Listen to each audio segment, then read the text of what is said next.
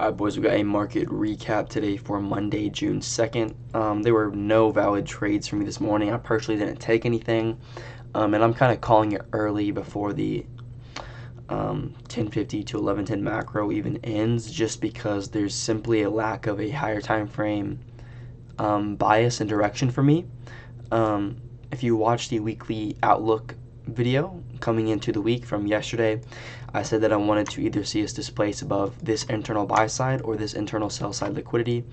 On the higher time frames, like if you go to the 1 hour chart, we're still technically holding this daily imbalance, and I want to see how we're going to react off of this, either to the upside or the downside, in order to confirm a move to this daily buy side or this sell side down here, which is also a weekly bullish imbalance. And then we do have that new week opening gap from a few weeks ago to fill as well, marked out by these dark blue lines. You can see the gap right here.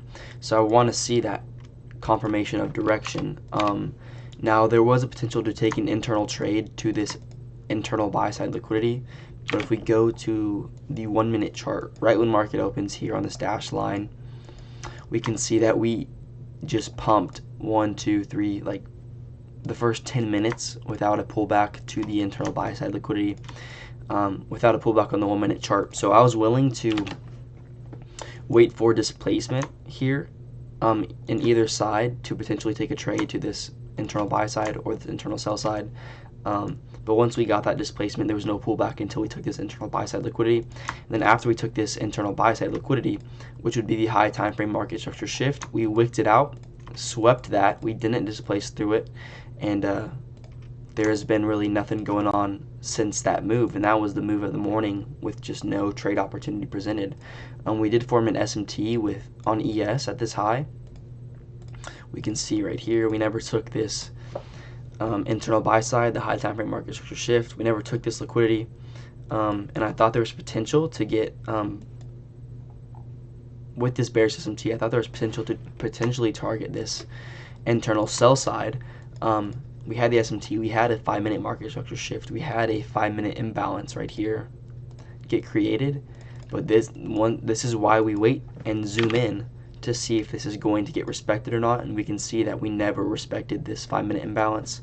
And so there was also a 15 minute that opened up here, but same thing, like once we zoom in, we never respect it, and we continue to make higher highs and higher lows, and so there's no trade entry there, and so that trade idea becomes invalid. And now we just kind of have to wait and see, like I said, what the higher time frame is actually going to do, because the highest probability trades, like in this scenario, are going to happen once we have that confirmation and displacement on the higher time frames, so that once we have that confirmation, we know we're coming to this daily buy side. We can then zoom in within here and find an internal trade to match with that higher time frame bias, right? So we're gonna have to wait and see throughout the PM session today and overnight tomorrow what kind of structure the market wants to form for us. We also have FOMC. Is it FOMC minutes or Powell? I think Powell speaks today at 12 p.m. or in the afternoon, and it's like 2 hours from now. So that's potentially why we haven't really moved much. But it is also a Monday. We did have impact news, which didn't really present opportunity to us today, but it's the first day of the week.